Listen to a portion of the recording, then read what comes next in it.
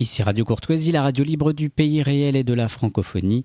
Vous écoutez les livres du jour français Mon beau souci de Michel Mourlet, assisté de Catherine Distinguin, diffusés en direct lundi 8 février 2016 de 10h45 à 11h45. Ils sont diffusés en différé dans l'après-midi de 14h à 15h, mardi 9 de 6h à 7h, samedi 13 de 10h45 à 11h45, puis à la demande sur le site internet de Radio Courtoisie. Ces livres du jour sont réalisés par Jocelyn. N'oubliez pas que Radio Courtoisie est une radio culturelle associative. Afin de sauvegarder une indépendance absolue, Radio Courtoisie refuse toute ressource publicitaire. Radio Courtoisie ne vit que grâce à ses auditeurs. Aidez-nous à demeurer libres, adhérez à notre association. Pour cette année, la cotisation minimum est de 40 €. Envoyez votre chèque à Radio Courtoisie, 61 boulevard Murat, 75 016, Paris. Vous pouvez intervenir au cours de cette émission par téléphone au 01 46 51 00 85, par télécopieur au 01 46 51 21 82 et par courrier électronique à courtoisie@radiocourtoisie.fr.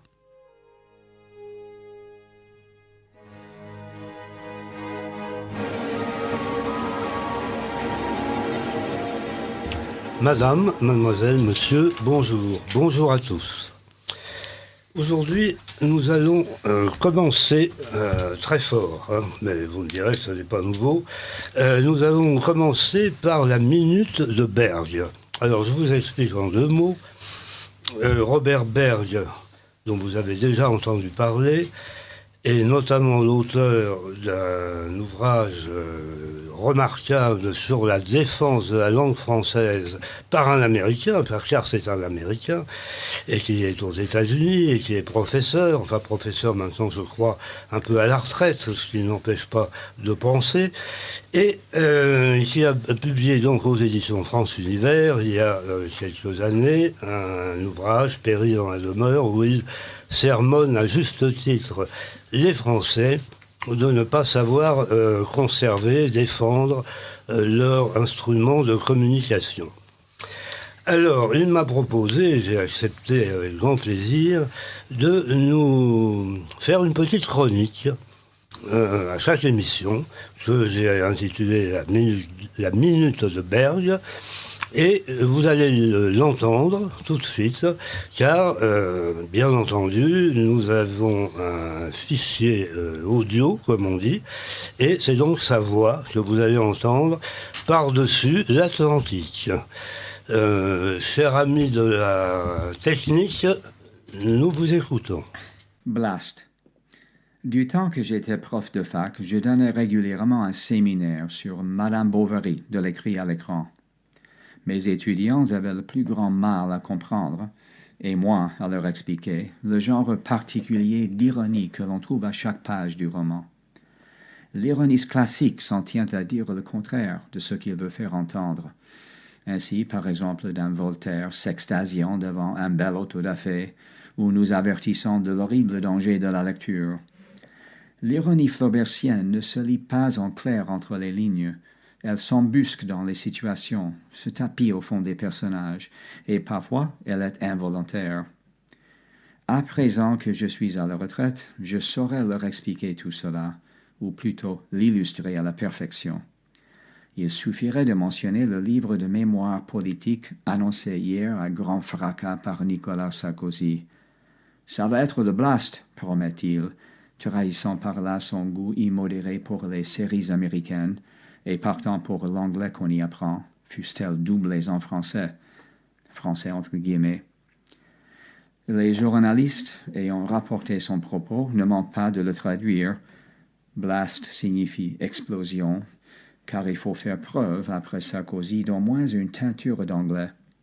Il faut aussi être compris, et ce motif n'est pas exclu.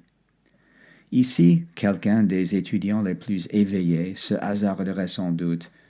Ah, au lieu du bruit promis, ce ne sera qu'un pétard mouillé, comme dans le roman Le feu d'artifice raté à la fin du comice agricole. C'est bien ça? Ce ne serait pas mal, mais en fait non. Je pensais plutôt à ce blast prévu pour un livre que l'auteur a eu l'inénarrable inconscience d'intituler « La France pour la vie ». Merci, cher Robert. Eh bien, maintenant, puisque nous en sommes aux minutes, et que les minutes nous sont comptées, je vais me tourner vers notre ami Alfred Ebel, dont la minute d'Alfred va à son tour nous combler. Alors justement, je vais tenter de vous combler, notamment avec un livre de Daniel Abercorn qui s'appelle « Flore et bestiaires imaginaires ». C'est un livre très agréable à lire, délicieux, et surtout qui illustre bien l'émission que vous dirigez. Il s'agit évidemment de récits tirés de textes classiques, de livres de voyage. Il est aussi question de Blois, de Huysmans et de Villiers-l'Isle-Adam. Et pour illustrer ça, je vais vous lire 3 ou 4 lignes et vous allez tout de suite comprendre de quoi il s'agit. Les expressions venant du monde des plantes sont légion. Dans notre vocabulaire, ne dit-on pas de quelqu'un qu'il a de la branche, qu'il a les doigts verts, que c'est un grand échalas qui pousse comme un champignon, que c'est un ver galant, un cœur d'artichaut, qu'il est triste comme un saule, qu'on l'a connu poirier, que c'est une courge, un cornichon, de la mauvaise herbe, une vieille noix, qu'on rêve de passer à tabac en lui administrant des châtaignes. Voilà. Oui, alors, c'est un livre de 245 pages et qui coûte 25 €. Donc, aux éditions de l'Harmattan. Maintenant, je vais dire un mot de la correspondance de Céline. Lettre à Pierre Monnier, 1948-1952. Alors, juste un mot... on a publié énormément de correspondances de Céline.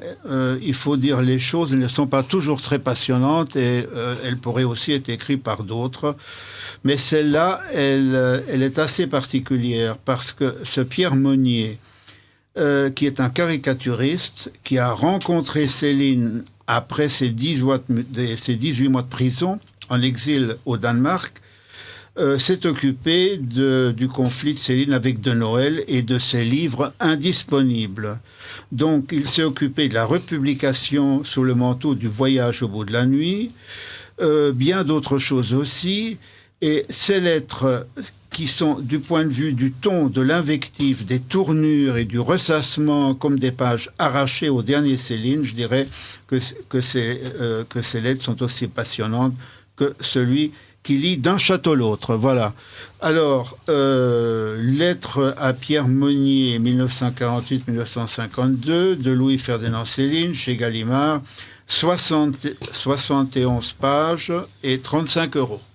Eh bien, voilà. Je vous remercie, cher Fred. Je suis même arrivé à faire moins d'1 minute. C'est très bien, et donc je vous félicite pour ça. Voilà.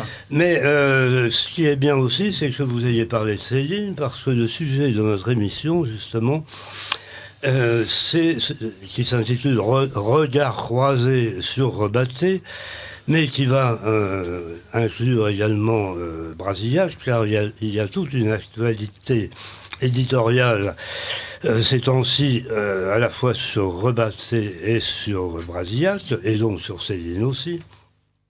Eh bien, nous avons décidé de consacrer cette émission à ce sujet, et pour ce faire, j'ai le plaisir d'accueillir aujourd'hui, autour de cette table, Gilles Debotte, qui est le président des études rebattiennes, Philippe Dugue, qu'on ne présente pas, surtout aux auditeurs de Radio Courtoisie, et un jeune étudiant à Sciences Po qui se prénomme Guillaume, et qui est évidemment, il n'est pas là par hasard, et c'est un amateur éclairé de Rebatté en particulier, mais de beaucoup d'autres choses. Bien. Alors, auparavant, nous allons... alors naturellement, je salue Catherine, je salue Marthe Durançon, qui est là-bas, je ne vois pas, mais que je devine, et qui est l'une de nos 2 lectrices, venant du cours d'art dramatique de Dominique Levert, comme vous le savez maintenant, et qui nous fait profiter de sa jolie voix pour nous lire certaines choses qui méritent peut-être d'être lues. Donc, avant d'entrer dans ce sujet qui est vaste et qui va nous obliger à resserrer beaucoup les choses. Notamment, je ne vais pas aujourd'hui parler du courrier des lecteurs. J'en suis bien désolé et je demande à nos auditeurs de m'en excuser, mais la matière est trop abondante. Je vais tout de même dire 2 mots de 2 revues que j'ai reçues. L'une qui est la nouvelle formule de lecture française, une revue publiée par les éditions Siret en Montreuil, et qui m'a paru nettement plus vivante, plus agréable à feuilleter aussi que les précédentes. Et puis j'ai reçu aussi Raskar Kapak. C'est un drôle de titre pour un drôle de journal qui m'a fait penser un petit peu à ce qu'était Matulu, mon magazine, il y a une 40aine d'années. C'est un peu le même esprit, je crois. Liberté, j'espère qu'on va dire du mal de tout le monde là-dedans. Enfin, bon, j'ai pas eu le temps vraiment de l'approfondir, mais ça me paraît a priori sympathique. Je voulais aussi signaler de la part de mon amie Marie-Hélène Briand, l'attachée de presse de théâtre bien connue, le portrait de Dorian Gray, je voulais vous le signaler, c'est une adaptation, la première, je crois, au théâtre du roman d'Oscar Wilde, et ça se donne au Lucernaire depuis le 20 janvier et jusqu'au 3 avril. Donc, je ne peux que vous recommander. La mise en scène est de Thomas Le Douarel. Je pense que c'est une bonne chose et qu'on peut aller le voir sans crainte. Je me tourne maintenant. Oh, bon, j'accélère, hein, on est obligé. Catherine, si vous avez des informations à nous donner, donnez-nous-les à toute allure. À toute allure. Bonjour chers auditeurs, vous écoutez Radio Courtoisie, les livres du jour français Mon beau souci de Michel Mourlet. Quelques informations sur nos associations de défense et de promotion de la langue française. D'abord l'agenda, quelques dates à retenir. La semaine de la langue française et de la francophonie aura lieu du 12 au 20 mars prochain. Le 18e printemps des poètes se déroulera tant en France qu'au Québec du 5 au 20 mars prochain. Les journées des dictionnaires seront consacrées cette année au thème du sport et du corps. Elles auront lieu les 17 et 18 mars prochains à l'Alliance française, 101 boulevard Raspail à Paris 6e. L'organisateur de ces journées n'est autre que Jean Pruvot, bien connu de nos auditeurs, créateur aussi de ces journées, et qui vient d'être coopté au conseil d'administration de défense de la langue française. Je rappelle les coordonnées de notre association défense de la langue française, 222 avenue de Versailles, Paris 16e, téléphone 01 42 65 08 87, courriel dlf.contact@orange.fr, tout cela en minuscules. Je dirais simplement 2 mots de l'actualité relative à la réforme de l'orthographe, un petit peu au goût du jour en ce moment, réforme amuse-galerie ou pas, peu importe. Quelle est la position actuelle de nos associations ? Sous la plume d'Albert Salon, président d'Avenir de la langue française, face à la réforme de l'orthographe de 1990, qui refait brusquement surface, nos associations attendent la réponse de l'Académie et se concertent pour adopter une position commune. Prudent, Albert Salon. Très prudent, ouais. Je n'en dirai pas plus. Je citerai simplement, mais ça m'appartient, une phrase de Goethe. L'âme d'un peuple vit dans sa langue. Merci. Bravo, Catherine. Alors, je voulais simplement juste dire quelque chose que je viens d'apprendre.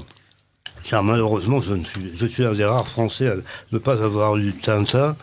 Alors, il paraît que Raskar Kapak, c'est un personnage de Tintin. Alors, mille pardons, je ne m'en étais pas aperçu, vu que je n'ai pas lu Tintin. J'ai lu beaucoup de choses, hein, néanmoins. Non, il ne faut quand même pas m'insulter. Michel, pardon, c'est une question de génération. Moi non plus, je n'ai jamais lu Tintin. Bon. Mais pourtant, le général de Gaulle l'avait lu, apparemment, puisqu'il était très fier d'être aussi célèbre que Tintin. Il était un peu puéril. Bon, alors, nous allons donc parler maintenant de Rebatté, notamment, mais aussi de Brasillac, et peut-être d'autres personnages d'alentour.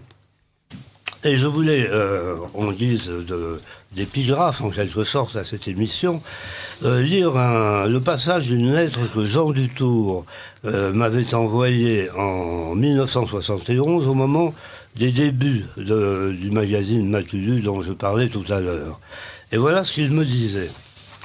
Que penseriez-vous de Lucien Rebatté comme collaborateur épisodique ? C'est un homme de grand talent, auteur d'un livre magnifique, Les Deux Étendards, et aussi maudit qu'on peut l'être.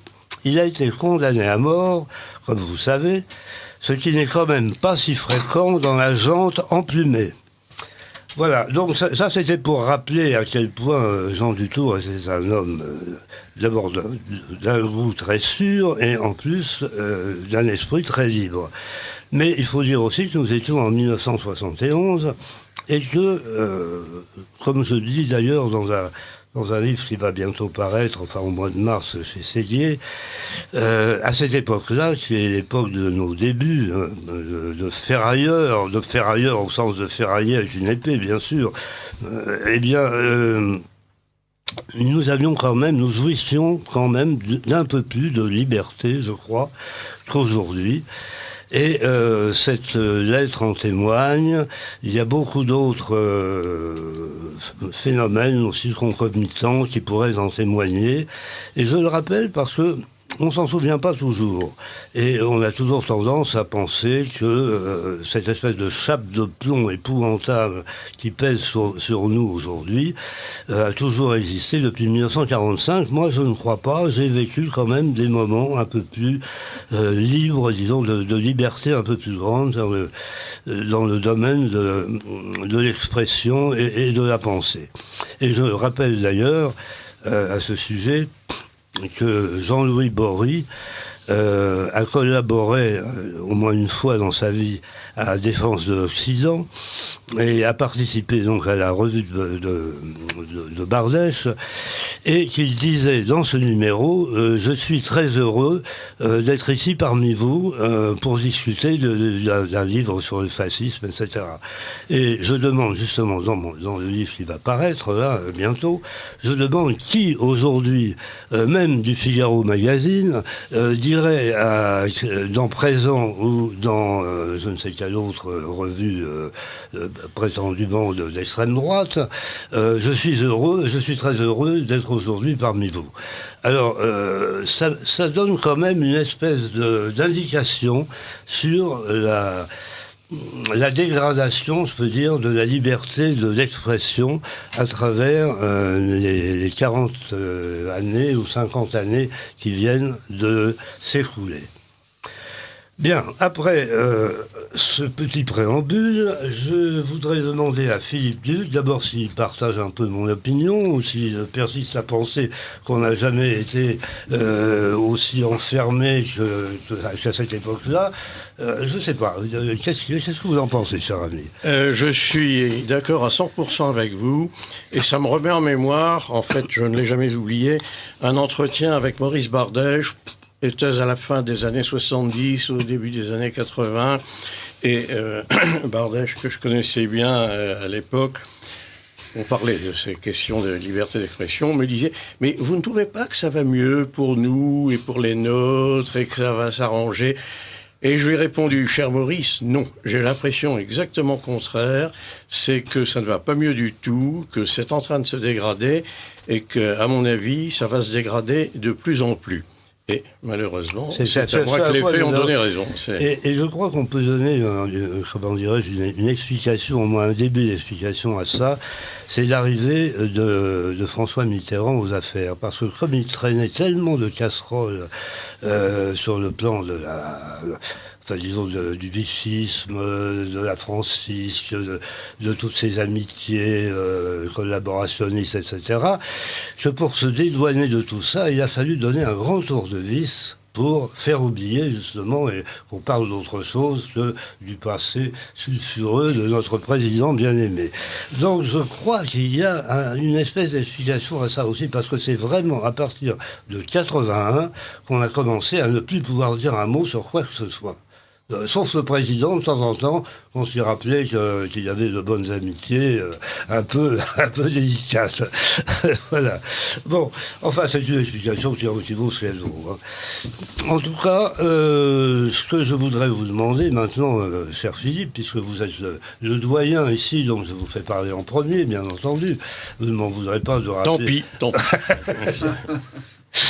Je voulais vous demander ce que vous pensiez d'abord du gros volume qui a été publié par la collection Bouquins sur Rebatté assez récemment. Je pense que vous avez une petite opinion là-dessus et qu'il serait intéressant d'entendre. Oui, c'est un événement considérable. Ça marque le retour de Rebatté dans le public. Dans le grand public et non pas chez des éditeurs confidentiels ou simplement amis. Il y a deux choses essentielles dans ce livre. Il y a le retour des décombres. Vous et moi et les gens de notre génération et même d'après d'ailleurs connaissaient bien Les Décombres, qui est un livre qui était à la fois clandestin et assez facile à trouver. Il y avait eu un tel tirage à l'origine que chez n'importe quel bouquiniste, en cherchant bien, on finissait par le trouver, parfois un peu cher. Mais donc, c'est vraiment pas une révélation. J'ajouterais, ce qui me concerne, que c'est loin d'être le livre de Rebatté que je préfère. Probablement, que mon indifférence ancienne aux choses de la politique fait que mon intérêt pour le livre était purement littéraire et que cet intérêt littéraire se satisfait mieux dans d'autres ouvrages. D'abord Les Deux Étendards, qui pour moi était le chef-d'œuvre de Rebatté, et le reste. Vous veniez de parler de François Mitterrand. Vous savez que c'était un grand admirateur des Deux Étendards. Oui. Ça m'a été confié un jour, à l'époque où ça ne se savait pas, par un de ses proches, un de ses amis, même qui faisait partie du cercle de la Tché, là, que je connaissais, et qui connaissait mon admiration pour Rebatté. Il m'a dit « Mais vous savez que le président est un grand admirateur des Deux Étendards ?» Ce jour-là, j'ai pardonné bien des choses à Mitterrand. Il paraît même qu'il a dit l'humanité se divise en deux, les lecteurs des Deux Étendards et les autres. Alors, c'est tout de même assez intéressant comme indication. Oui, je pense qu'il y avait des subdivisions, parce que ça m'ennuie de me retrouver dans la même case que François Mitterrand. Mais c'est apporté à son crédit, quand même. Alors, pour moi, la révélation, c'est l'inédit de Clairvaux. Qui, sous un très mauvais titre qu'on aurait pu trouver facilement à remplacer, est une révélation capitale, car ce sont les vraies mémoires de Rebatté. Vous savez que Pauvert avait publié les mémoires d'un fasciste il y a X années maintenant. C'était Véronique, la veuve de Rebatté, qui avait fait cette publication, qui est la publication d'un ouvrage inachevé, imparfait, parce que Rebatté l'écrivait à la fin de sa vie, il était déjà fatigué. C'est un premier jet qu'il aurait certainement relu et corrigé s'il avait vécu et avait pu le mener à terme. Tel quel, à l'époque, j'étais très content parce qu'on y trouvait des choses, mais la vraie satisfaction, c'est cet inédit de Clairvaux, qui est exactement les mémoires de Rebatté pour la même période, c'est-à-dire au fond la suite des Décombres, jusqu'au départ pour Sigmaringen. Malheureusement, là aussi, c'est inachevé et ça s'arrête avant Sigmaringen. Et ça aurait été intéressant d'avoir une sorte de contrepoint de Céline par Rebatté. Je pense que ça aurait été moins caricatural et moins grimaçant, moins grinçant. Je n'aime pas du tout d'un château l'autre pour cette raison. Ça ne regarde que moi. L'inédit de Clairvaux, nous avons à la fois le Rebatté à son zénith, 41, 44, c'est sa grande période finalement, c'est celle où il est glorieux, où il a le succès. les succès parisiens, à quoi était très sensible son épouse, comme je l'ai rappelé dans une autre occasion récente. Il fait autorité comme critique de cinéma. Il considère qu'il est François Vineuil, sous le nom de François. C'est François Vineuil, bien entendu, mais dire à quel point il était au Zénith, dans un numéro de fin août 43, je pense, il y avait au-dessus du titre, dans notre prochain numéro, rentrée de François Vineuil. Ça va montrer. Dans le journal, qui était l'hebdomadaire à plus fort tirage de Paris à l'époque, puisqu'il avoisinait les 300 000. Ouais. Donc, c'est le grand critique dramatique de l'époque. C'est un grand critique d'art. Il continue, malheureusement, les rubriques sont un peu courtes, parce que c'est dans un quotidien où il a peu de place. Mais la qualité y est. On le retrouvera tout à fait à la fin de l'occupation dans la Chronique de Paris, la revue de Brasillac, où là, il a un peu plus le loisir de parler de peinture, d'exposition, de tout ce qu'il connaissait si bien.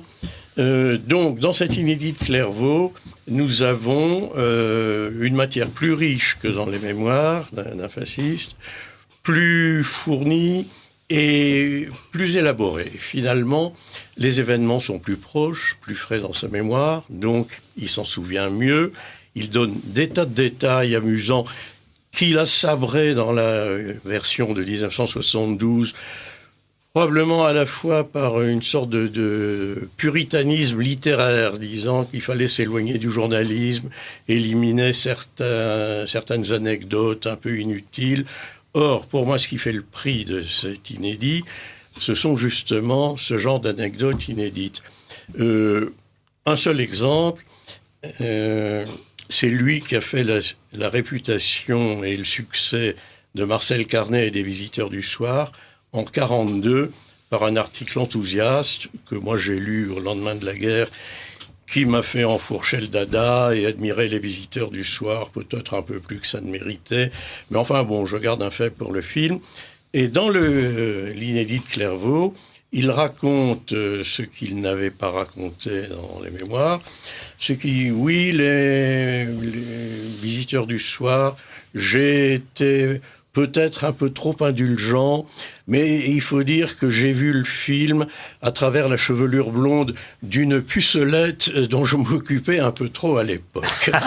Alors, je trouve d'abord la pucelette ravissante. Oui. Le mot. La jeune personne. Oui, j'en ai entendu parler avec fâcherie par Véronique après la mort de Lucien, et on se la comprend.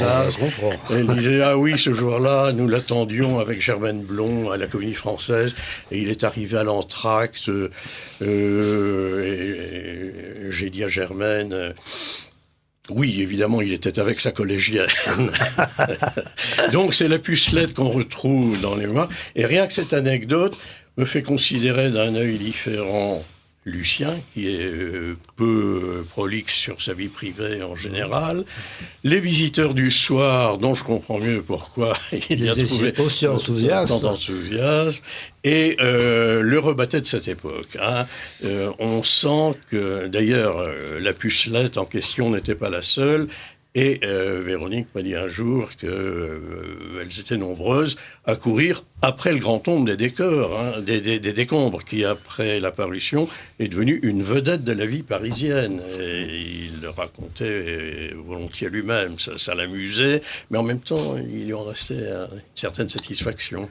Oui, alors, vous écoutez Philippe Duc, maintenant, on va s'efforcer de redire toujours le nom des invités, parce que j'ai reçu des quantités de messages nous remettant les pendules à l'heure. Si et vous écoutez Radio Courtoisie.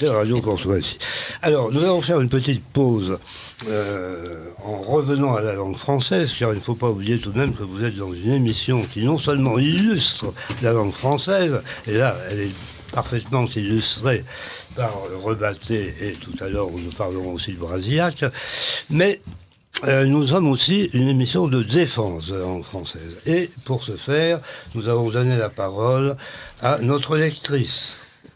Nous vous écoutons. Peut-être suis-je abusé par des coïncidences, des répétitions dépourvues de signification statistique. Il me semble néanmoins que le mot avenir tend à disparaître au profit du mot futur. Il se peut que ce soit sous l'influence de l'anglais. Il se peut aussi que le mot avenir, aux yeux des discoureurs officiels de la médiasphère, présente un aspect un peu irrationnel, évoquant le marc de café, le marc de café, et les boules de cristal. Qui sait ? Toujours est-il qu'en dépit d'une synonymie apparente, avenir et futur ne devraient pas s'employer indifféremment l'un pour l'autre. Jean-Paul Sartre, qui pensait souvent de travers mais connaissait le poids des mots, nous fournit dans Situation 3 un bon exemple de leur différence. Même le réactionnaire est tourné vers l'avenir puisqu'il se soucie de préparer un futur qui soit identique au passé.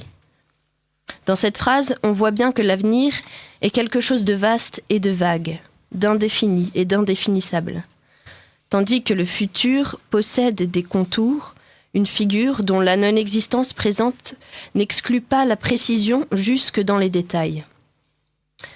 L'avenir est ce qui peut advenir ou non, un gouffre, un mystère, un appel. Le futur a une connotation presque scientifique. C'est ce qui doit être déterminé par ce qui est. Dans la science-fiction, on parle justement d'un voyage dans le futur, alors qu'on prédit parfois un brillant avenir à un jeune homme qu'on retrouvera plus tard en prison. Pardon pour la faute. Extrait des mots de la langue de Michel Mourlet aux éditions France Univers. Alors maintenant, je vais me tourner vers le président des études rebatiennes en lui demandant d'abord comment il en est arrivé là. On n'arrive pas par hasard comme ça à faire une revue. Enfin, c'est pas vraiment une revue d'ailleurs, ce sont des cahiers dont le premier seulement est paru, les études rebatiennes. Donc, racontez-nous un petit peu votre itinéraire qui nous intéresse. Bonsoir, bonjour chers auditeurs, merci. Alors, c'est assez simple, en fait je suis professeur de philosophie et de littérature et un jour on m'a mis dans mes mains les 2 étendards que j'ai dévorés en 3 jours. Car c'est une problématique religieuse et littéraire, c'est finalement très rare dans la littérature. C'est quasiment le thème absent dans la recherche du temps perdu qui apparaît en tant que tel dans les 2 étendards. Voilà. Et donc cet amour pour les 2 étendards, je me suis intéressé ensuite à l'auteur, j'ai vu qu'il y avait comme une lacune dans l'histoire littéraire de France. Voilà. Et je me suis dit, il faut bien que quelqu'un s'en charge, et donc voilà. C'est l'amour pour les 2 étendards et la littérature. Donc vous avez fondé une espèce d'association, non ? Oui, une association, loi 1901. Et voilà. Puis je publie donc cette revue, les études rebatiennes. J'attends impatiemment l'arrivée du 2e numéro. C'est une revue qui dépend de la marée en quelque sorte. C'est-à-dire dès que j'ai 200 pages, je publie un nouveau numéro. Ce qui fait que la périodicité est tout à fait dans l'avenir. Alors je précise que on appelle ça une revue, mais en fait c'est un livre, et c'est un très beau livre avec une reliure... à la Bradel, m'a-t-on dit. Ah voilà. Et avec des lettres dorées, c'est vraiment presque un ouvrage de bibliophilie. Pourtant ça se vend pas trop cher, si j'ai bien compris. Vous le vendez... une vingtaine d'euros. C'est ça, exactement. 20 euros, voilà, c'est ça. Oui, je me suis dit qu'il fallait faire quelque chose de beau. Voilà. Pour que ça reste. Vous avez raison, vous avez raison. Et le prochain numéro, alors avant de parler de celui-là, vous allez nous annoncer le prochain, peut-être. Oui, alors nous publions des inédits de Rebattet, d'abord, bien sûr. Des lettres, la préface de Margot Lanrager dans le premier volume, et puis des études qui sont de registre universitaire ou para-universitaire. Et quant au volume 2 qui arrive bientôt, nous publions, grâce à Nicolas Destiendorf, un inédit qui est la préface de Lucien Rebattet à l'anthologie de la poésie française de La Mazière. Alors cette anthologie, sans doute, ne la verrons-nous jamais. En revanche, la préface de Rebattet est passionnante puisqu'il montre une grande audace dans ses choix poétiques. C'est des jugements à l'emporte-pièce, comme parfois Rebattet sait très bien le faire. Permettez-moi aussi, puisque vous avez parlé de Dutour. Oui, oui. Dutour. Je crois que vous publiez quelque chose de Dutour aussi là-dedans. Oui, une phrase de Dutour, en tout cas, puisqu'il a dit, et je crois qu'il le répète dans le numéro de Matulu, le dernier entretien d'ailleurs de Rebattet était paru dans Matulu. Oui. Je crois que c'est là que Dutour dit si j'avais croisé Rebattet sous l'occupation, je lui aurais tiré dessus. Voilà. Ce qui n'a pas empêché Dutour, par ailleurs, de lui céder son appartement qu'il occupa jusqu'à la fin de ses jours, rue Le Marois, dans le 16e arrondissement. Mais oui. Vous écoutez Radio Courtoisie. Donc tout ça nous amène à un petit livre qui vient de paraître chez Pardès. C'est une réédition d'ailleurs, je crois. C'est dans la collection Qui suis-je. C'est une monographie sur Rebattet par Pascal Iffry. C'est si j'ai bien compris, un universitaire qui vit aux États-Unis. Mais qui est originaire de la Manche. Et qui est originaire de la Manche. Très bien.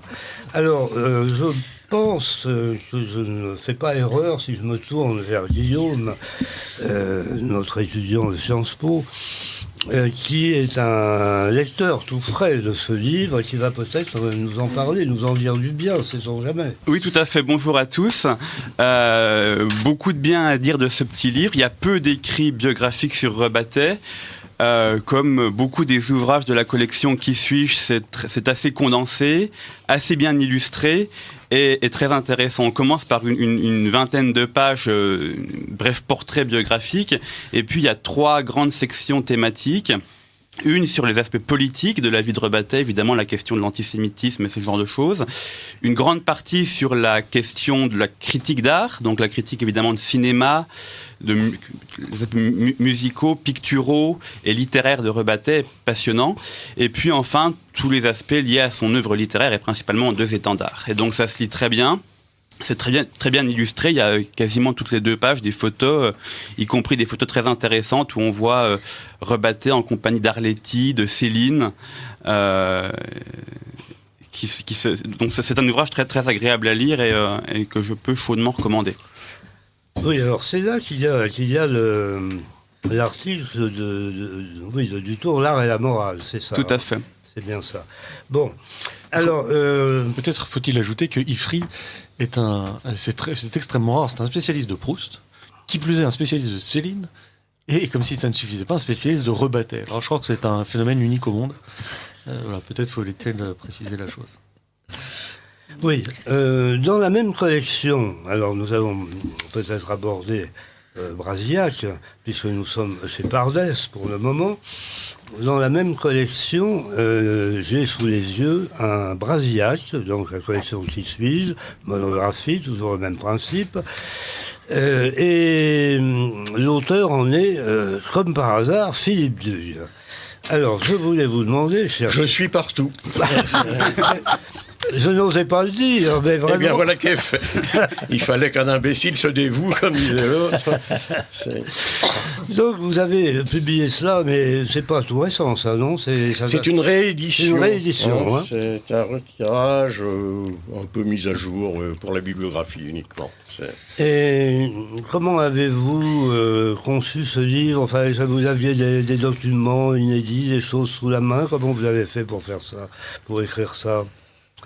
Non. Je n'avais rien d'inédit sous la main à ma connaissance, du moins à l'époque.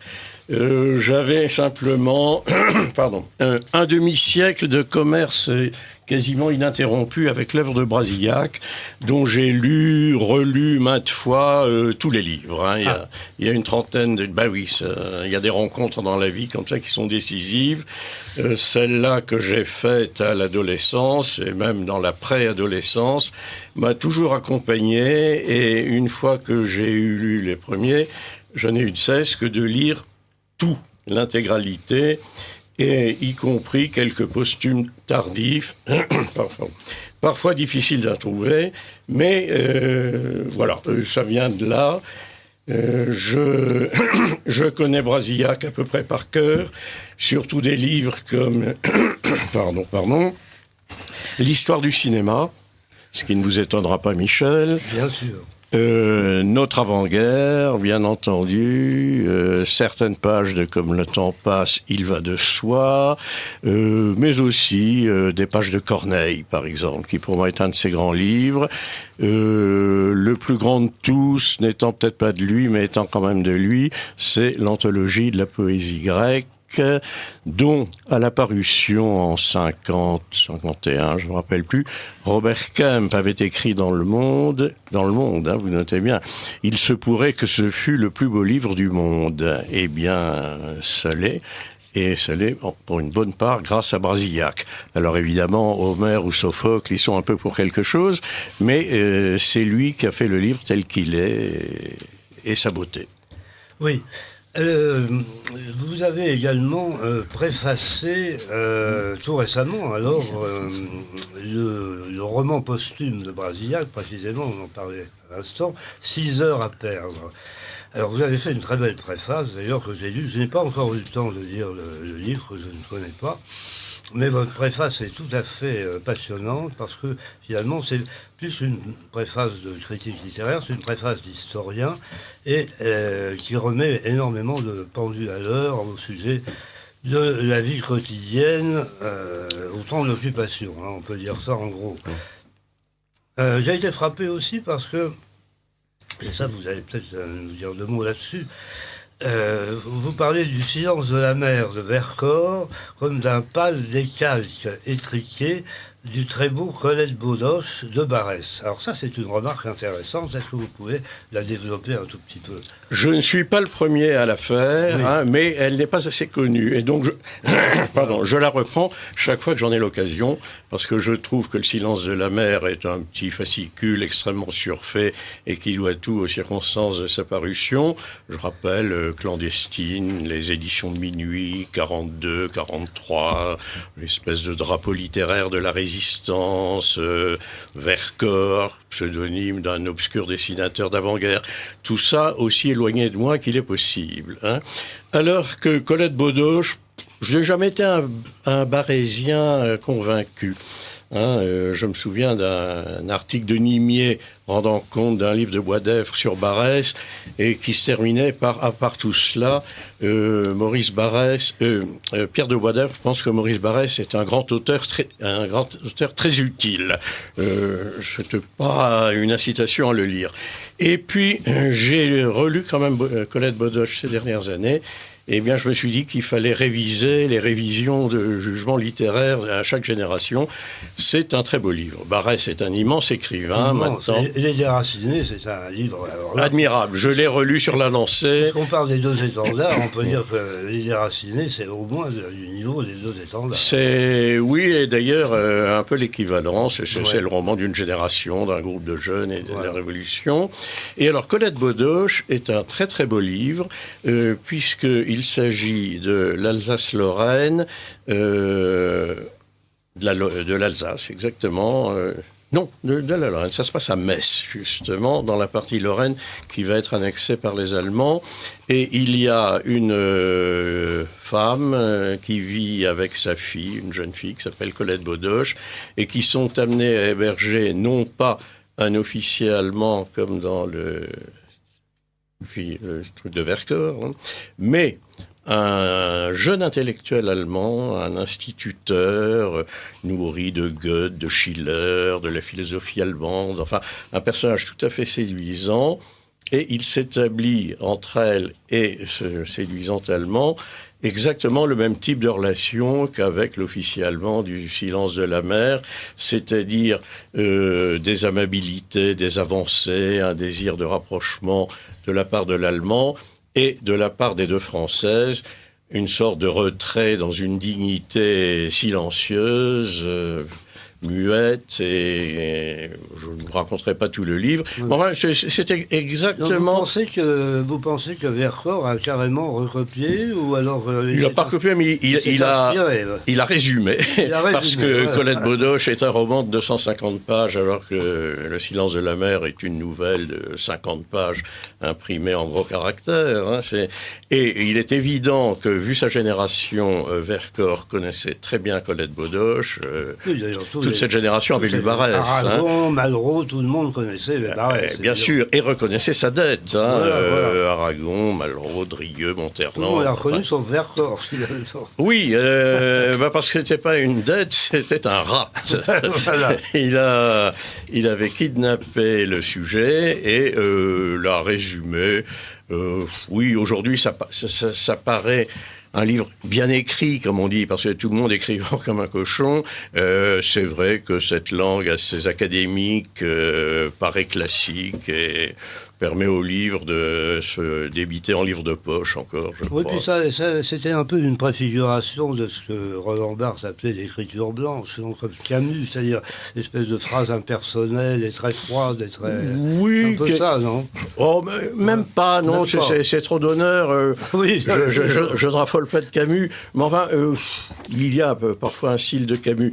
Alors que là, c'est vraiment le style passe-partout de tous les écrivains de l'entre-deux-guerres médiocres, ceux que tout le monde a oubliés, mais qui au moins écrivaient un français convenable, correct. Et c'est au lendemain de la guerre qu'on a commencé à très mal écrire, les uns volontairement, les autres involontairement. C'est très difficile de distinguer. Voilà. Mais donc là, on dit ah oui, ce que c'est bien écrit ce livre. Voilà. On peut dire que le film est mieux quand même. Le film. Alors pourquoi César Appert, si vous permettez, oui. C'est que quand l'éditeur, qui est celui qui avait édité Mon Brasillac, m'a dit qu'il allait rééditer tout Brasillac, qui tombe dans le domaine public cette année. C'est pour ça qu'on va en revoir beaucoup. M'a dit je voudrais rééditer les romans. Par lequel voulez-vous commencer? Je vous demanderai la première préface.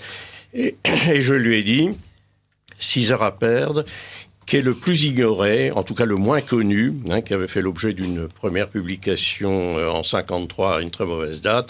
Donc, j'ai demandé à faire la préface de César Appert pour faire connaître ce roman qui, me semble-t-il, mérite à bien des titres de lettres et qui est loin d'être un des moins bons romans de Brasillac. C'est un roman de la maturité, contrairement à la plupart des premiers qui sont des romans de jeunesse et ce qu'on peut lui reprocher parfois aujourd'hui. Oui. Vous écoutez Radio Courtoisie.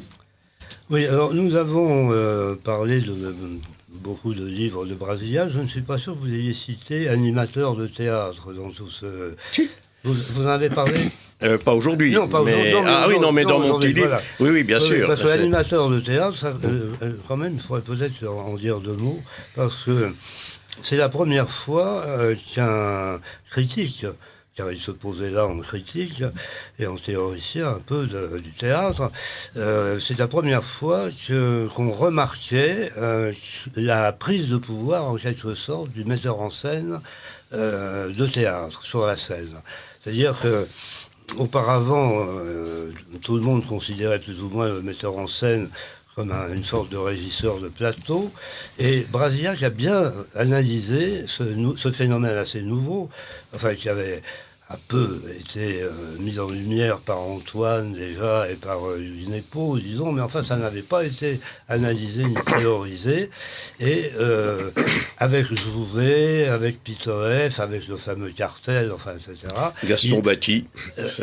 Il a remarqué que quelque chose se passait au théâtre, et c'est le premier qui l'a fait. C'est quand même aussi un de ses titres de gloire. Oui, et il l'a fait d'ailleurs avec un œil critique. Oui. Autant il avait une admiration inconditionnelle pour Pitoef, par exemple, ou pour Jouvet, qui finalement apparaît assez classique. Autant quand Gaston Batty monte Faust et remplace Dieu par un projecteur, il a une phrase vengeresse là-dessus, et il aimait bien Gaston Batty, mais là il ne laisse pas passer. Oui. Il trouve justement que l'abus de la mise en scène commence à exagérer. Oui, ben voilà, il était prophète en son pays, puisque on a vu après la prise de pouvoir, alors carrément totalitaire, du metteur en scène, non seulement sur la scène, mais sur les auteurs. Bon, je vais me tourner alors, de nouveau vers vous, Gilles Lebaute, pour vous demander de détailler un petit peu tout de même parce qu'on a fait que survoler ce livre. Avant, vous préfériez parler du livre de Lafon, mais on pourrait essayer rapidement de faire les deux. On n'a pas assez parlé, je pense, des études rebatiennes, là, parce qu'il y a quand même des articles très importants là-dedans, des choses qu'il faudrait peut-être signaler et un petit peu préciser à nos auditeurs, qui n'ont pas une idée, je crois, assez précise de cet ouvrage. Il faudrait qu'ils achètent, parce que c'est pas le tout de publier un ouvrage de cette qualité-là. Encore faut-il le faire connaître et le vendre. Alors, vous allez nous dire d'abord comment on peut se le procurer, car nos auditeurs sont très attentifs à ça. Et ensuite, vous allez leur dire peut-être un petit peu, leur préciser le contenu. Alors, pour se le procurer, c'est assez simple. Il suffit d'envoyer un chèque de 20 € à mon adresse personnelle, le 10 rue Stanislas, dans le 6e arrondissement. 10 rue Stanislas. Vous l'avez noté peut-être, parce qu'il y a des auditeurs qui vont le redemander. C'est noté, oui. Voilà. Quant au contenu, il s'agit d'introduire aux 2 étendards essentiellement. C'est une revue avant tout littéraire, oui, et donc sûr. à l'auteur des 2 étendards. Dans le volume 2, que j'attends impatiemment, il y a une grande étude de M. Dard, l'historien célèbre, car il avait fait son DEA en 1987, que j'ai retrouvé tout poussiéreux et que j'ai publié, que donc nous publions. C'est l'itinéraire de Rebattet, l'itinéraire politique en quelque sorte. C'est comment Rebattet, d'une esthétique de la politique, est passé à une politisation de son esthétique. Voilà en un mot l'itinéraire que dégage bien Dard dans cette étude inédite que nous publions dans ce volume 2. C'est un point de vue intéressant. Et c'est un point de vue qu'il va développer longuement Oui, c'était un mémoire, donc la mémoire de 87, ça doit faire un peu moins de 100 pages. Quant au bouquin, là... Oui, alors ça, c'est quoi? Alors ça, c'est la même chose que le volume de Monsieur Duc, sauf que ce sont les épreuves non corrigées. Ah, d'accord. Voilà. Mais... donc ce roman, cet ouvrage effectivement est passionnant, surtout effectivement pour ceux qui connaissent pas les décombres. Donc c'est un monument capital, il y a un document historique important. Mais effectivement pour ceux qui connaissent, c'est surtout l'inédit de Clairvaux qui, je crois, est fondamental. Et là on y découvre de la critique littéraire, de la critique théâtrale, de la critique cinématographique. On y découvre aussi, ce qui moi me passionne avant tout, la généalogie des 2 étendards. Et puisque nous sommes ici avec Philippe Dugue, on y découvre aussi les relations Brasillac-Rebattet sous un jour inédit. On sait qu'il y a une brouille violente à Je suis partout, qui a amené Pâques, Pierre-Antoine Cousteau et Rebattet à faire une grande conférence à la Mutualité, je crois, intitulée « Nous ne sommes pas des dégonflés ». Et un des dégonflés visés en particulier était Brasillac. Donc des mots assez violents se sont échangés. Celui de Brasillac est connu également.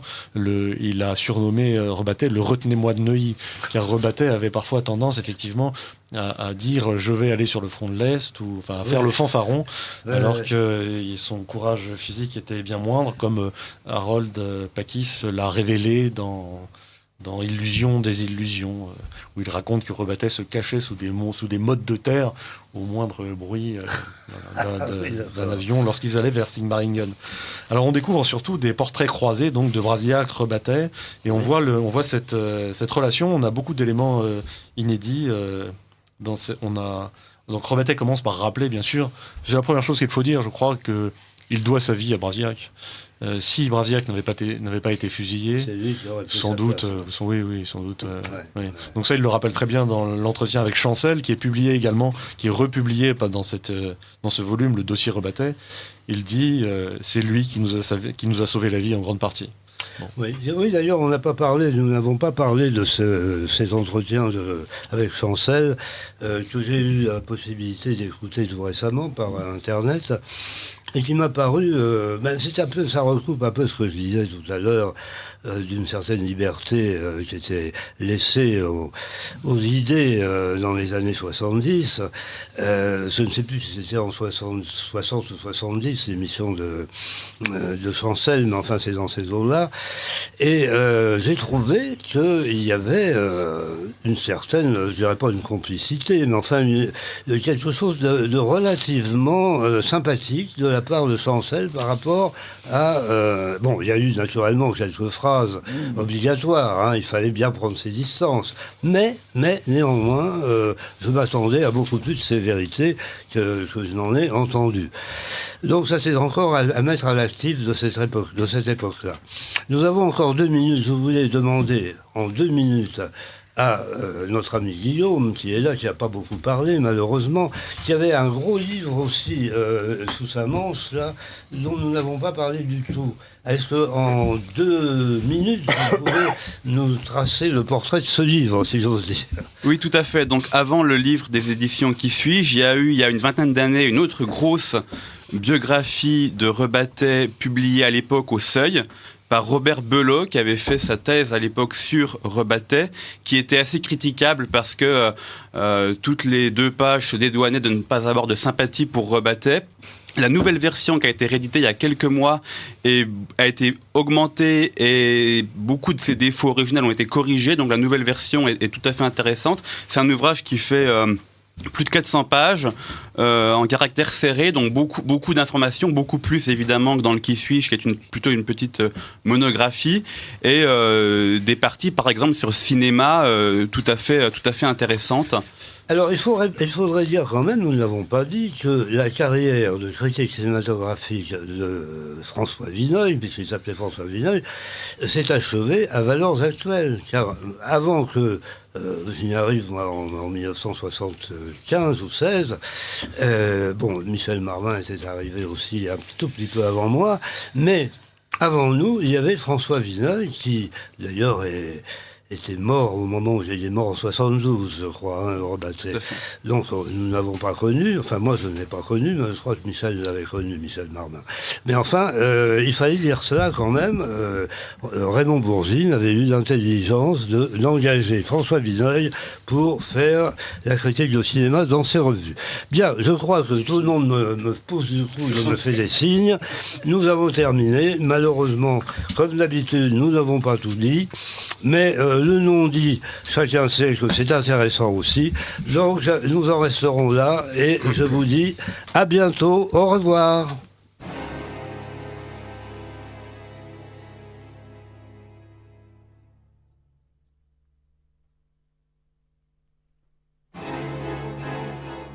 Ici Radio Courtoisie, la radio libre du pays réel et de la francophonie. Vous venez d'entendre les livres du jour français Mon beau souci de Michel Mourlet, assisté de Catherine Distinguin, diffusé en direct lundi 8 février 2016 de 10h45 à 11h45.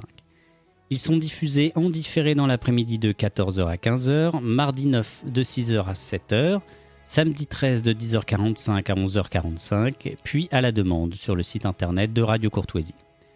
Ces livres du jour ont été réalisés par Jocelyn. N'oubliez pas que Radio Courtoisie est une radio culturelle associative. Afin de sauvegarder une indépendance absolue, Radio Courtoisie refuse toute ressource publicitaire. Radio Courtoisie ne vit que grâce à ses auditeurs. Aidez-nous à demeurer libres, adhérez à notre association. Pour cette année, la cotisation minimum est de 40 €. Envoyez votre chèque à Radio Courtoisie, 61 boulevard Murat, 75 016, Paris.